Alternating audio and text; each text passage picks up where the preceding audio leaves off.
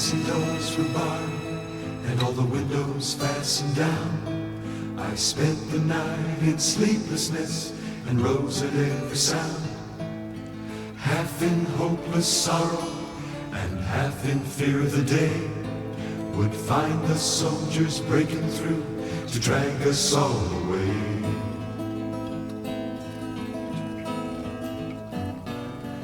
Just before the sunrise, I heard something at the wall.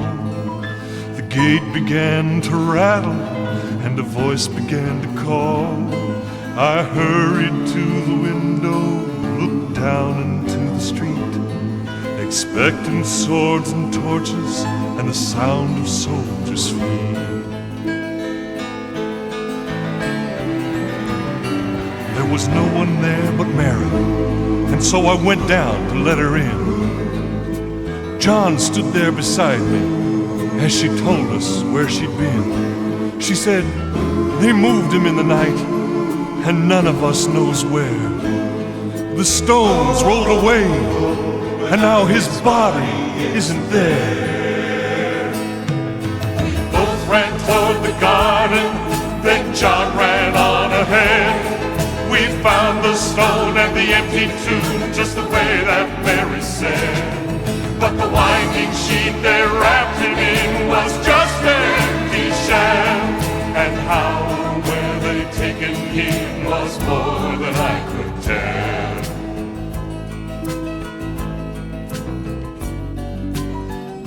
Well, something strange had happened there. Just what, I didn't know. John believed a miracle, but I just turned to go.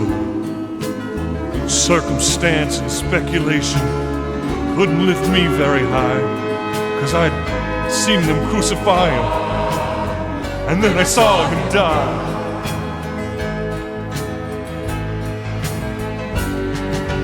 Back inside the house again, the guilt and anguish came. Everything I'd promised him just added to my shame. When at last it came the choices, I denied I knew his name. I denied I knew his name. Even if he was alive, it wouldn't be the same. But suddenly the air was filled with a strange and sweet perfume. Light that came from everywhere drove shadows from the room. Jesus stood before me with his arms held open wide, and I fell down on my knees. I just loved to hear him cry. He raised me to my feet, and as I looked into his eyes, love was shining out from him like sunlight from the skies.